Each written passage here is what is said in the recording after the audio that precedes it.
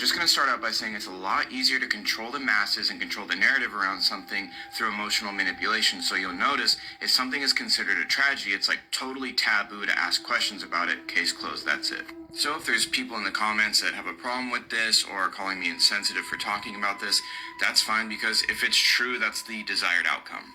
Anyways, this is the crew of the 1986 Challenger space shuttle mission. Infamously, on January 28, 1986, the space shuttle exploded right after takeoff. The disaster was broadcast on live television to 40 million viewers. Two men, Bob Eberling and Roger Boisjoli, worked tirelessly to warn NASA about an issue with the shuttle's O-rings, making calls and warning anyone that would listen going all the way back to October the prior year. They warned that if these O-rings were used on a launch on a day that was below 40 degrees Fahrenheit, that there would be a catastrophe. But of course, no one listened, which automatically kind of makes me think they wanted the catastrophe to happen. Roughly 80 seconds after the launch, the shuttle exploded and all 7 crew members lost their lives. This is Judy Resnick, an engineer and pilot aboard the Challenger mission. In 2013, an eagle-eyed internet user found Judith Resnick, a law professor at Harvard Law School. Some people were a little taken aback by the identical name, age, and likeness, so they started digging. This is Michael J. Smith, also an engineer and pilot aboard the Challenger shuttle, who passed away that fateful day in 1986 at the age of 39 years old. This is Dr. Michael J. Smith, professor of engineering at the University of Wisconsin.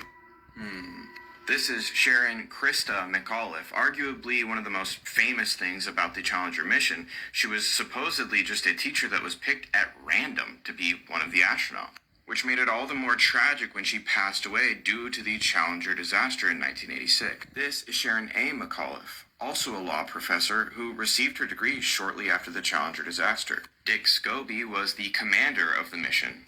Here's Commander Dick Scobie next to Richard Scobie, the CEO of Cows and Trees. Here's his company's original logo.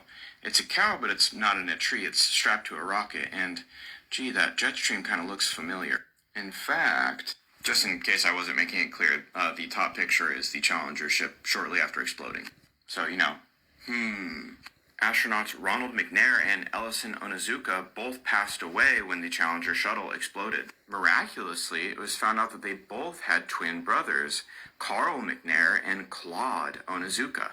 But ancestry searches were done for both Carl and Claude, and there was no birth records found.